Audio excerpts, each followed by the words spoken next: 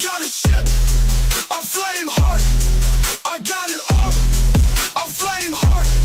Check out my posse, I'm Flameheart. I'm Flameheart, check out my posse. Big ship, big update, big world event, big swag. In case you all missed it, the Season 13 teaser trailer was graced upon our eyes at the Xbox Showcase this weekend, and it was our first look at the finished assets for Flameheart's return. There is a lot to unpack, so let's go through each part like a content creator who has too much time on his hands.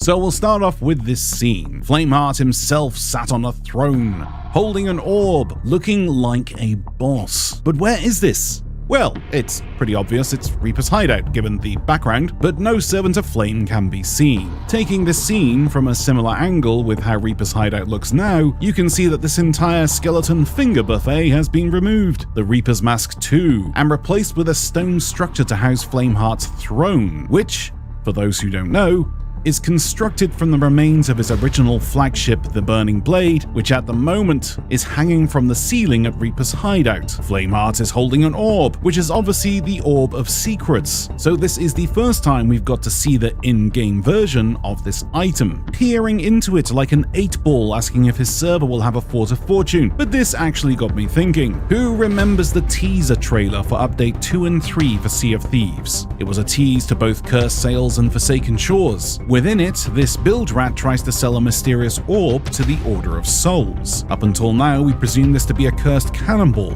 but given that the Forsaken Shores was set in literally the layer of Flameheart, and the whole fire and death motif this update had, it makes me wonder if Flameheart was actually supposed to make an appearance in Forsaken Shores, but the update cadence changed and we got Anniversary Update instead. Especially considering Cursed Sails introduced the first Flameheart henchman, the Masked Stranger, and considering the Order of Souls lady says this when peering into the orb.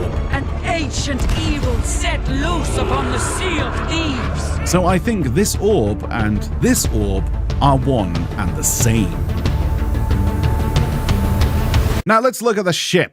The first thing I notice is its design. First of all, the sails now look amazing compared to the first showcase, but interestingly, sail configuration aside, the vessel actually looks East Asian in design, with a sort of temple on the back and a tiled roof. This is not a Western-style pirate vessel. I say this is interesting because we actually have no idea what nationality Flameheart is from. I mean, sure, he might have a European accent, but that's likely just for gameplay reasons so we can understand him. After all, he's just a skeleton, and it was never actually mentioned where he's from. Couple that with all the various recolors of Eastern Wind's ship sets we've been getting, and you have yourself a pretty interesting theory. Anyway, that aside, the ship has 2 ladders on one side, presumably the same as the other side, so it has 4 boarding locations, which is going to be quite hard to guard. On the top level of the temple area, you can see the map table very close to the wheel, so navigation is going to be somewhat easy. It has a nameplate. It's kind of hard to see, but it says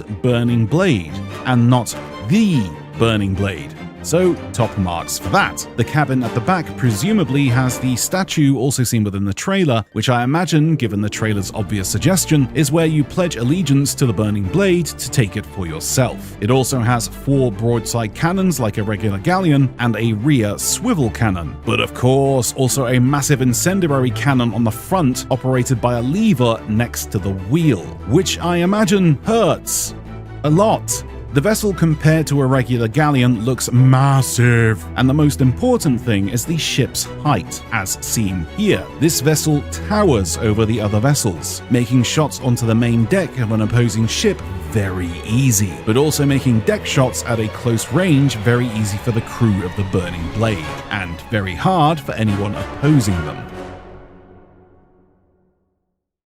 Lastly, we get to see a Star Wars ending scene, and once again, Chewie doesn't have a medal, with skeletons offering the adventurers the Orb of Secrets, next to one of the newly established skeleton camps. I doubt this is something that will actually happen within the game. I think this is just for aesthetic purposes. But they did mention in the preview video that venturing into these forgotten shrine areas dug out by the skeletons, those loyal to Flameheart will have a puzzle to complete on which they will be gifted the orb, but other adventurers not loyal to Flameheart can also plunder these areas, but will have to deal with skeletal guards, sort of like a mini world event. So I think this scene is just a visual representation of the skeletons offering the orb on a silver platter. Now, although the showcase was awesome, very short, but awesome, I do feel the need to point out that I really didn't like the music involved with this one. I think I can speak for anyone invested in the story who's been waiting this long to see Flameheart come to power. Although the video was awesome, I was not expecting what sounds like a member of Westlife singing about how naughty he is.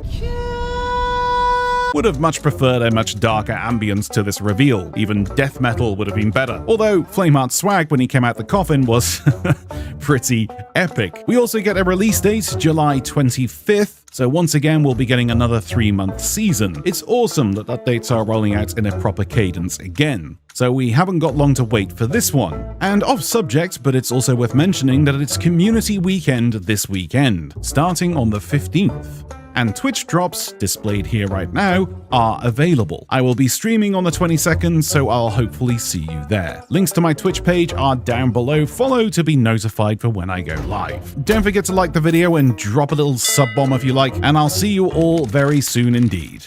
Happy sailing! Are you fed up with your top-of-the-range console or your top-of-the-range gaming PC? Are your frames in Minesweeper causing you a headache? Then worry no more, my little chums. The wonderful people over at Apex Gaming PCs are just what you need to put a smile on your face. The perfect place to craft and build your PC for those of us who don't have the foggiest. Look at little Timmy here. He just got his Apex Gaming PC and he's very happy. I'm very happy.